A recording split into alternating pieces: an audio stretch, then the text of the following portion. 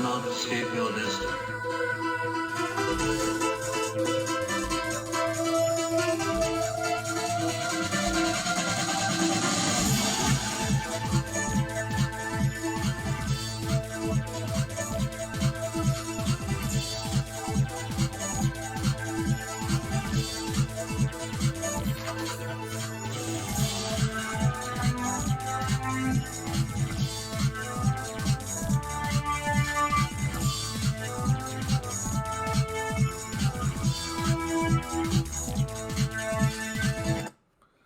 Hello and welcome to the El Cachorro Show.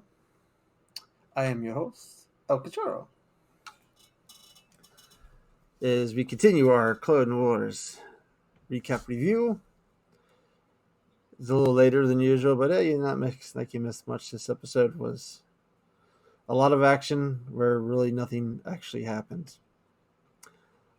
Before we get started, make sure you hit that subscribe button down there and like the video. Both of those help me out a lot.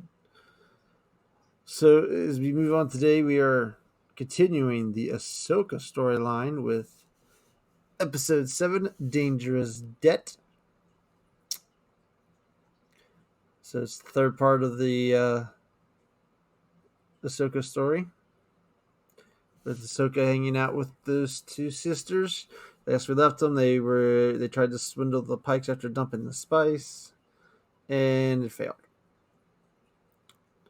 The most noticeable stuff about this episode is there's two cool callbacks. That's probably the highlights of the episode, actually, because the rest of the episode was just kind of blah. So, we'll start with the who you were does not have to define who you are. Kind of refers to two characters. So recap. So we start off, and we see our characters are locked up in a prison cell by the Pikes. As they're having their, and of course we continue the Ahsoka versus Rafi not getting along thing. Ahsoka's the goody goody two shoes. Rafi is the do whatever I can to make the money kind of people. That's a better shot.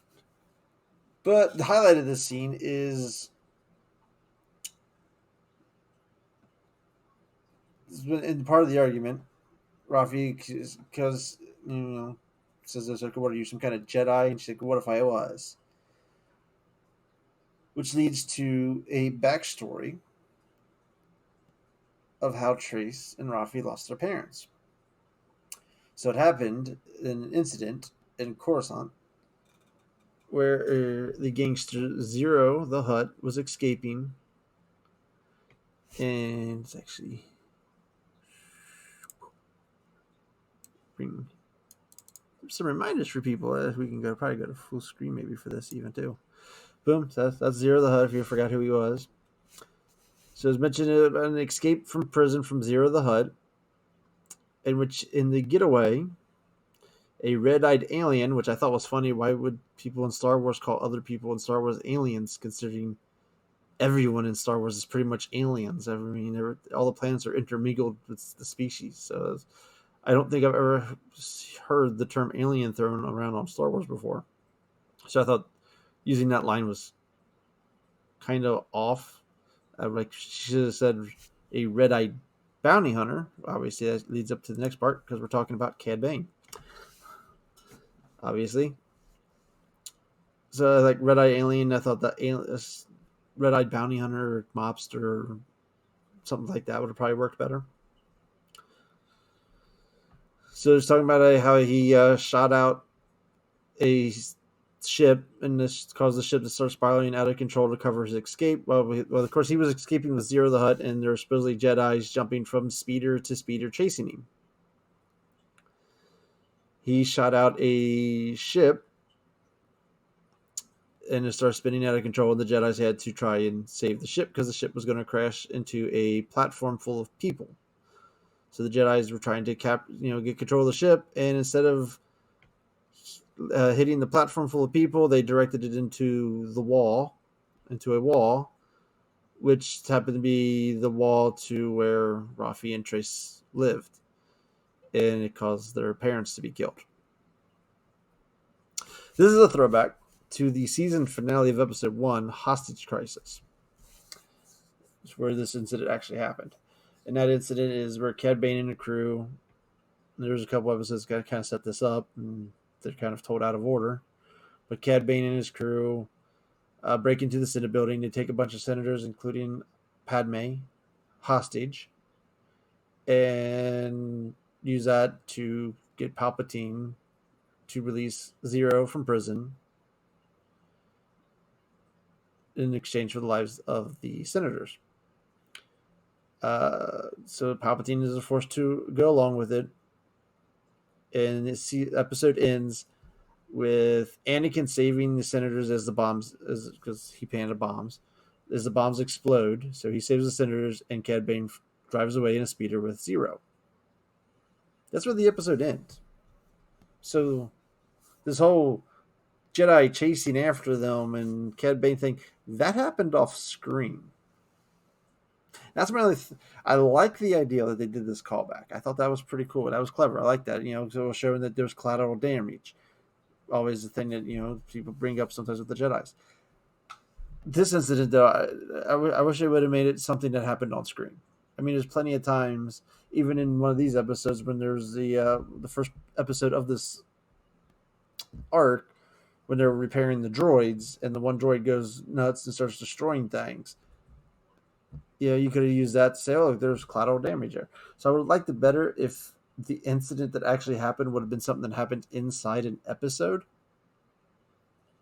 instead of something that happened supposedly after an episode ended. So it's a great concept, not the best execution. I would have preferred them to actually use something that happened on screen. So it's like, oh, okay, I remember that episode. This is what I remember seeing that battle. So I thought that was the only thing about this that didn't work. Other than that, I completely loved the idea. So, but after the parents died, then Trace talks about a Jedi that came up to him. She described her as beautiful, with dark robes contrasting against her light green skin, and was it penetrating eyes? I think it was penetrating eyes. And says supposedly she came to her and said, "I had to make a choice, but don't worry, the Force will be with you." Based on all that, the only person that makes sense to be would be Luminara, because Lumi's a hottie. She got the piercing eyes, light green skin, dark robes, and it sounds like something Luminara would say. On top of that, so I'm assuming that means Luminara came up and talked to him, which I don't think she may have been in the background of a shot. She may have been somewhere like in the background of a Jedi Council meeting or something like that, but I don't think she officially does much until I think season 2. So that's why we find out that's why the sisters have a distrust of the Jedi. Is because of that incident. All right, so I guess that kind of makes sense in the long run. And there goes through the way they've had that hatred of the Jedi kind of part. They blame the Jedi for the parents' death. I think it could be told better. But, so we get that reason, and then, so because she's still concealing the fact that she was a Jedi, which is really interesting, how she's so wants to hide it from these people, but she's a former Jedi who's disgruntled with the Jedi for turning on her. So you think this would kind of go with make her enforce her beliefs that the Jedi are bad. But we'll find out as the episode goes on. She continues to hide her Force powers. So after the story goes off and Ahsoka does "I'm so sorry for everything," and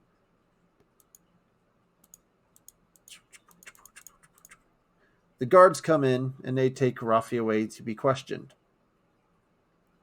And you still got Ahsoka being the protective one, trying to protect them, and the guards beat the other two, and they start to pulling Rafi away. And Rafi's pretty much, if I die, Trace, you get the family business. And I don't want the family business track, but haha.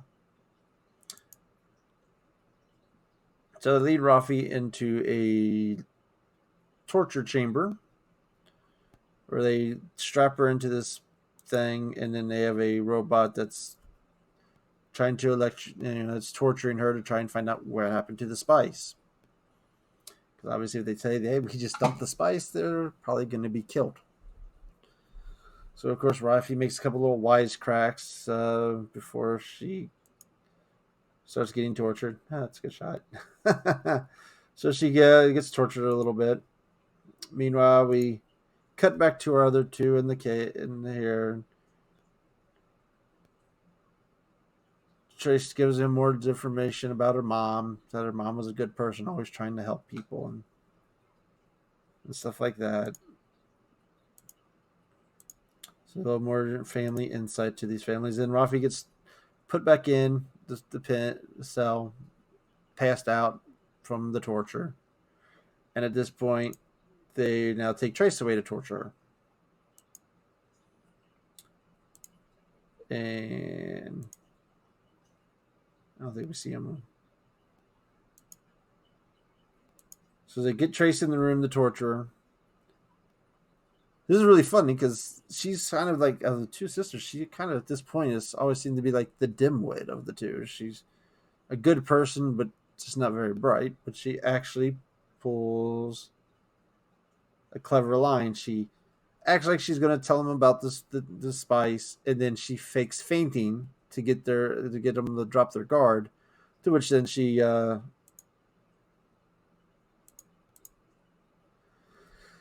able to wrestle a blaster away from the guard. She faints into the arms of the guard, and she's able to wrestle a blaster away from him, and she kind of fights her way off, and she is going for an escape. Meanwhile, back in our other cell, with Rafi knocked out, Ahsoka uses the Force to open up her jail cell. So, and then she wakes Rafi up and like, hey, we gotta make her excuse. And it's like, how'd you do that? Because once again, these sisters are pretty. I mean, overall, they're kind of stupid to begin with because Ahsoka keeps using the Force all around them, and they don't ever pick up on it. And this happens several times in this episode. And she's like, oh no, there was like I didn't do it. It was like a power outage. Oh, cool. That's our best luck yet.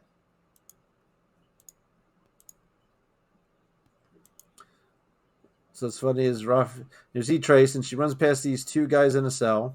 These guys have a little cameo throughout. And then she runs into a guard. And while fighting with the guard, she uses her foot to open up the cell, let those two guys out, and they jump the guard, and they start causing a distraction so Trace can get away. Which then Trace is running to get to her sister and Ahsoka, and her sister and Ahsoka are running to get Trace, and they end up running into each other. And then there's the argument over who's saving who. It's just some of the forced comedy between these people are ridiculous. So they argue back and forth over who's chasing who. Then some guards start coming at them, and then they both argue about which way to go. Which then Ahsoka's like, I'm tie breaking it. We're going this way.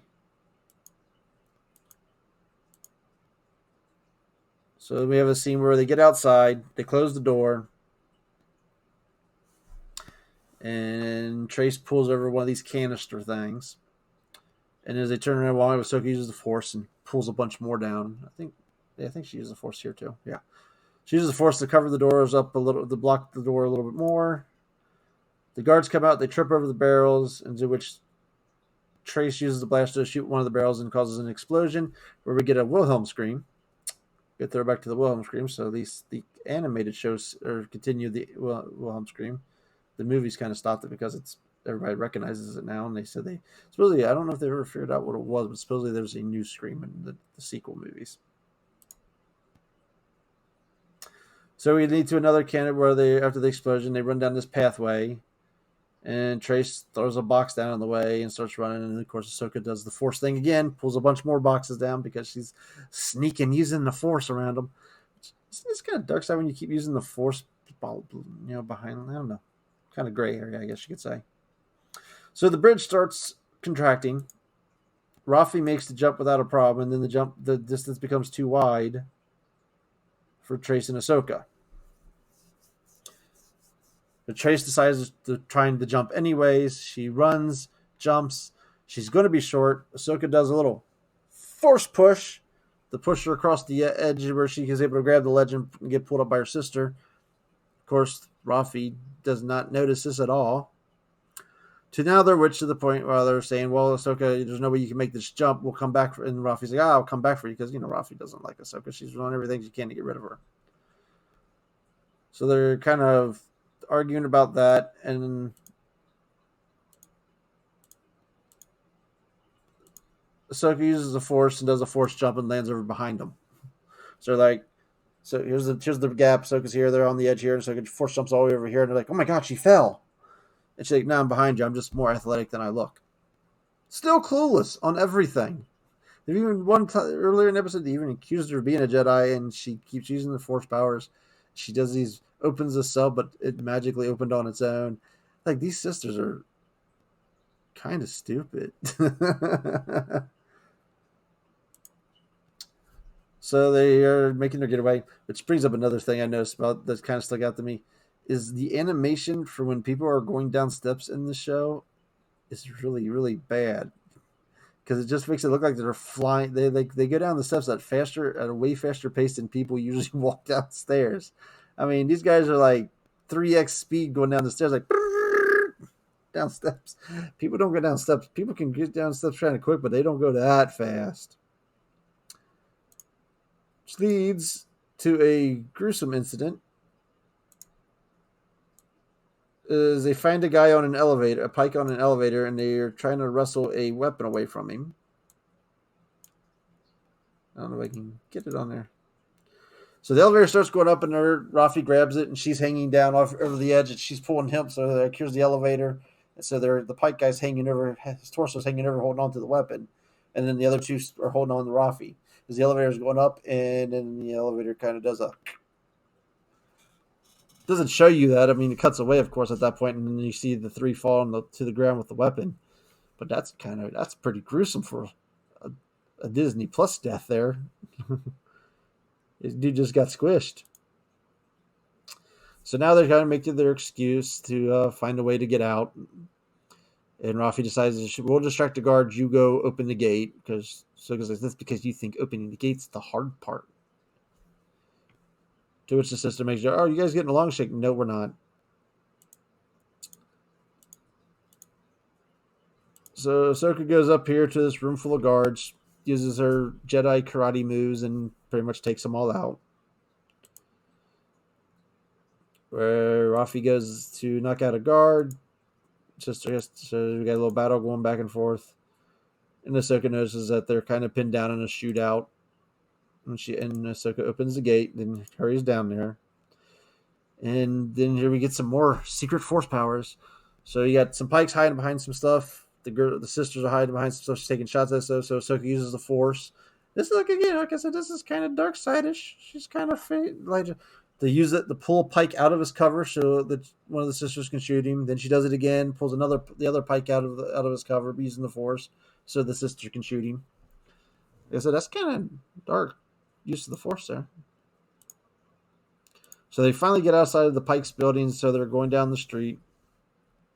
Trace spots her ship and is all excited because she wants to, obviously she loves her ship. That's kind of the whole reason this problem started to begin with, was Trace's love for her ship. So she kind of runs ahead, and we get a heart-to-heart moment between Ahsoka and Rafi as Ahsoka's saying, hey, you might be made up for this kind of life, but your sister isn't.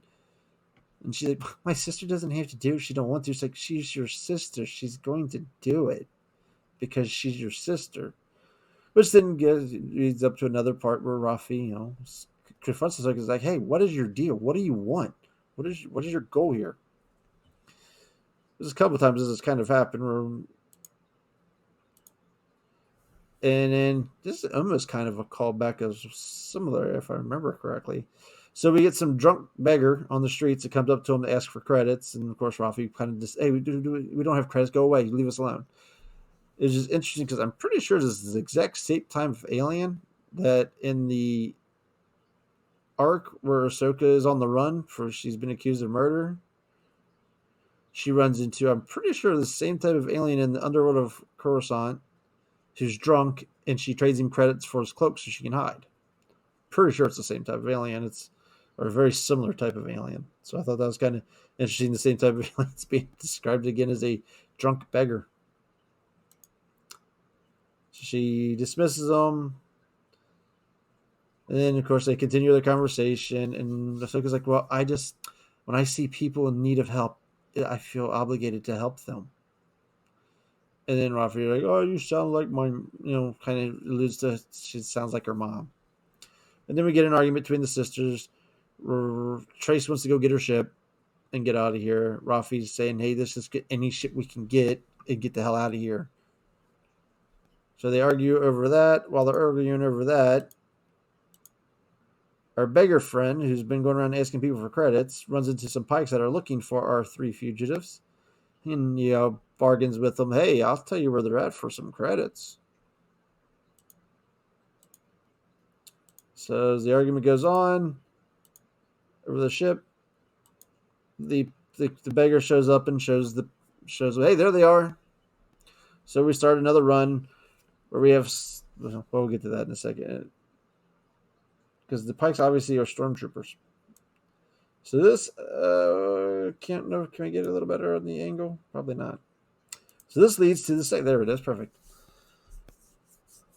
The second best part of the episode, part 1 here, is we get a little cameo.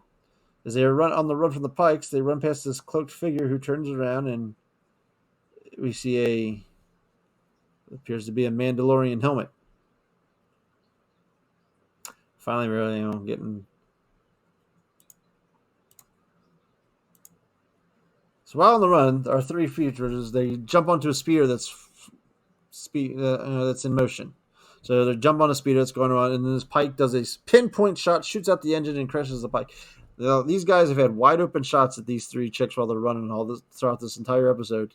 Of course, plot armor, they can't hit them, but he makes a pinpoint shot on a speeder to take it out.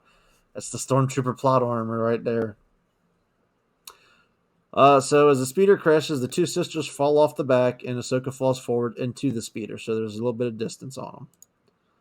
So, of course, the sisters get caught instantly, and Ahsoka is able to take off running. And while we're doing that, then we get a scene of 3 figures on a building looking over the incident. And as there are, at least I'm assuming the third one is too, 3 female Mandalorians. And they talk about, hey, and one is like, I'm pretty sure that's the Jedi I ran into on, I think, what's the planet's called? Karlak. Because she might be a problem, but she might be of use because we have a common enemy. And that's because even though the helmets are slightly different, we are getting a cameo from Bo-Katan. Like I said, the helmet's a little different, but of course Bo-Katan, whose first appearance was in the episode, I think season 4 episode, I think A Friend in Need. It's where Ahsoka and one of her got a character that was kind of a love interest sort of for her, a romantic interest, I guess you would call it. Which, I don't know, there's all this argument online now. You'll see everyone just assumes that Ahsoka's, I guess, gay, but her characters in shows always, her romantic interest in shows always been a male. It was, what's his name? Lux, I think his name was. And she first met him, he was the son of a separatist leader, and that's kind of how she found out that there's not everybody on the separatist side are bad people. There are normal, regular people on the same side that just disagree with things. So even though they were on opposite sides of each other, they had a bonding kind of thing to each other. And then, of course, Lux's mom was killed by Dooku and the Separatist because she was kind of opposed to his way of how Dooku was running it, and so they kind of killed her. So in the yes episode, he got in league with Night Watch, or Death Watch. Sorry, she's a night owl. Death Watch, because they were going to. Because also something that happened off scene was Death Watch had a falling out with Dooku, where previously had a scar, which just this episode is where he just had it all of a sudden. All of a sudden, he hates Dooku. Everything that happened off screen. So, but that's where we first run into Bo-Katan makes her first appearance. In that episode, she never takes off her helmet, but Luck shows up there to meet with, and Ahsoka kind of was taken along for the ride when she wasn't supposed to be there, but he kind of was forced to bring her. So that's where these two had their first interaction with each other, and they didn't get along. And we'll easily say they didn't get along in the episode too well. They kind of fought. And the ending of it being they fought on a speeder, and Bo-Katan actually kind of held her own against Ahsoka for a little while there, until she got kind of pushed off the front of the speeder and kind of got ran over by it. But obviously, she lived. And then it was in the later episodes where she actually took off her helmet, and we revealed who she was with Darth Maul, where we actually really got into knowing her character a lot better. But that's a throwback to obviously her first appearance. Like, again, really cool idea. Really approved of that. So I really like the concept of tying them back together. So she's mentioned, hey, that's Ahsoka. That's the Jedi I ran into once before. Obviously, they've never crossed paths again since. And I'm thinking about even with the Darth Maul, there was only Obi-Wan who showed up on the Mandalore to help out. But then she obviously ends this with saying we have a common enemy, which obviously I'm assuming is Darth Maul, which does bring up some real good questions about that as well. So last we saw was the black market was in control of Mandalore using, I can't remember the dude's name, as the prime minister, as a puppet minister. But Sidious showed up, killed Savage Press, and appeared to take Darth Maul. Was torturing Darth Maul at the end and said he had plans for him. And the canon supposedly was that he took Darth Maul captive and he was holding him captive somewhere. So I guess we got to have some retconning to that back off story, or I mean, how is Darth Maul still in charge of Mandalore if Sidious took him out? So I'm not sure exactly how that storyline is going to add up. But obviously, this is hinting that, okay, well, this is leading to the Siege of Mandalore, so this is finally to our final arc of the final season. So that guy, we're going to keep an eye on her. And then that's the end of their cameo. So then we get to the finale of the episode. So the Pikes have the two sisters, and they're putting them out in the sin, and pretty much the leader of the Pikes, pretty much, I can't remember his name, comes on and pretty much says he's going to capture Ahsoka and torture her. So I find about, you notice his eyes, but it always looks like he's wearing sunglasses. But Rivera says, "Yeah, we're just going to kill you guys off. We'll torture the third person. I'm tired of y'all." So while they're planning to execute him, there's a better look at him in his sunglass eyes. Looks like he's wearing some primo sunglasses. Ahsoka sneaks up, takes out a guy, and gets in some kind of transport thing that has some guns on it, and she tries to rescue the sisters. So she shows up. Trace is able to get on. Rafi gets pulled off at first. And also, I guess I should also tie this up. There's been starting some I guess, trying to show that, I guess, maybe Rafi is starting to come around on her criminal decisions. Because earlier, when they were first escaping, Rafi was like, you think the Pikes act like they've never pulled a fast one or had a fast one pulled on them. I can't believe they're acting like this way. I didn't take the job because when I take a job, you don't think it's going to end with execution and getting killed and stuff like that. What do you think's going to? And Ahsoka, of course, like, well, that's what happens when you mess with the Pikes. You die. I mean, Rafi's like the worst smuggler, scoundrel out there. She does not realize that, hey, a job, you could get killed. So at this point, Rafi's hiding behind something. She hasn't, talks to another. Like, I should never. Did she say this line twice? That I should never have taken this job. I know she says it again at the end. Saying it's not how. Or no, she said this is not how this job was supposed to go.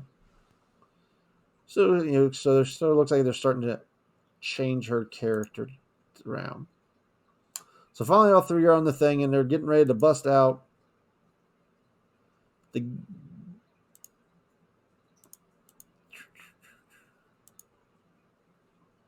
and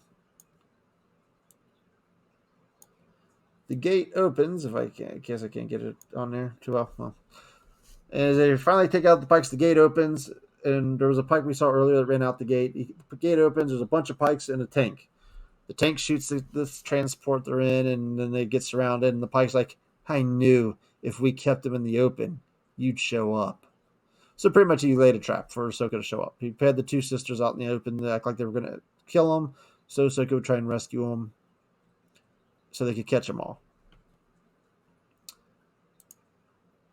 So there he is. Okay, so there he is. They all caught him surrounding him. So the pike outsmarted them.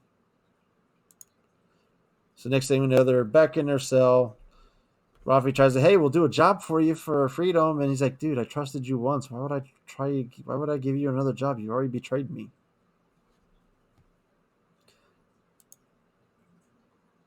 And this episode, into which now Rafi says, I should never have taken this job. And then Ahsoka does her little preach moment. It's like, you live and you learn. Which right there, you think that would kind of throw back like, hey, that's something like that stupid green chick said to me. That Luminara said to me, that Jedi said to me that one time. So the episode ends with them all three back in the same jail cell. So pretty much nothing happened in the episode. They escaped, they got recaptured, and put back in the same jail cell. So like, wow, this is a whole. So like I said, the only things about this episode was we found out that the Jedi's going after Zero caused the parents to die, to which we got a cool flash throwback to a previous episode. I said that part was cool, and we got a Bo-Katan cameo to set up the Mandalorian episode arc that's coming up. That's the only cool things.